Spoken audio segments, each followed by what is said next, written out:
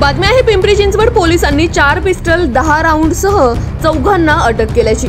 अवैध शस्त्रे बाळगणारे गुन्हेगारांची माहिती मिळवून कायदेशीर कारवाई करण्याबाबत गुन्हे शाखा युनिट 2 चे प्रभारी अधिकारी पोलीस निरीक्षक जितेंद्र कदम त्यांच्या अधिपत्याखालील पोलीस अधिकारी यांनी हद्दीमध्ये अवैध शस्त्र बाळगणाऱ्या गुन्हेगारांची माहिती घेत असताना दिनांक 30 नोव्हेंबर 2023 रोजी सहाय्यक पोलीस फौजदार शिवानंद स्वामी यांना त्यांच्या गोपनीय बातमीदाराकरवी बातमी मिळाली की 2 इसम पिस्टलसह PWD ग्राउंड सांगवी या ठिकाणी आले आहेत। अशी खात्रीशीर बातमी मिळाली। PWD ग्राउंड सांगवी परिसरात सापळा लावून माहिती घेतली असता बातमीदाराने सांगितलेल्या वर्णनाचे 2 इसम ग्राउंड लगत बोलत थांबले असल्याचे पोलीस पथकाच्या निदर्शनास आले।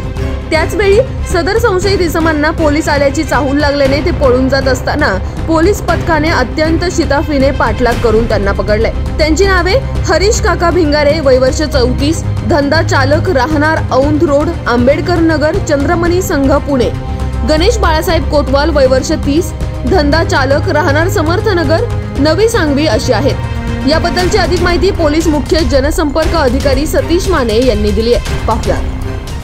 आमच्या गुन्हे शाखा युनिट 2 यांच्या अधिकारी आणि अंमलदार यांना बातमी मिळाली होती की काही संशयितांनी बेकायदेशीररित्या पिस्टल खरेदी केलेले आहेत आणि त्याची सदरची माहिती मिळाल्यानंतर बातमीवरून दोन जणांना ताब्यात घेतलेलं होतं। त्याच्यामध्ये हरीश भिंगारे राहणार औंध रोड, आंबेडनगर, चंद्रमणी संघ पुणे आणि गणेश बाळासाहेब कोतवाल वय 30, नवी सांगवी या दोघांना ताब्यात घेतल्यानंतर त्याच्याकडून 2 पिस्टल आणि 5 राऊंड मिळालेले होते।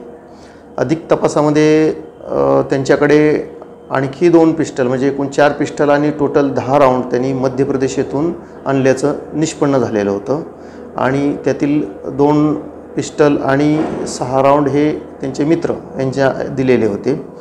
सदर जे 2 मित्र आहेत त्यांनाही शुभम पोखरकर व अरविंद कांबळे म्हणून जे 2 त्यांचे मित्र होते, साथीदार होते, त्यांनाही ताब्यात घेतलेलं आहे आणि असे चौघांच्याकडून मिळून 4 पिस्टल आणि 10 राऊंड जप्त केलेले आहेत आणि सदरचे त्यांचा जो हेतू होता ह्याच्यातला जो मुख्य आरोपी आहे हरीश भिंगारे याची मुळशी तालुक्यामध्ये जमीन आहे आणि जमिनीचा वाद होता। वादावरून त्यांना अशी स्वतःची भीती होती आणि स्वतःच्या सेल्फ डिफेन्ससाठी स्वसंरक्षणासाठी त्यांनी सदरची हत्यारे आणलेली होती असं तपासात निष्पन्न झालेलं आहे।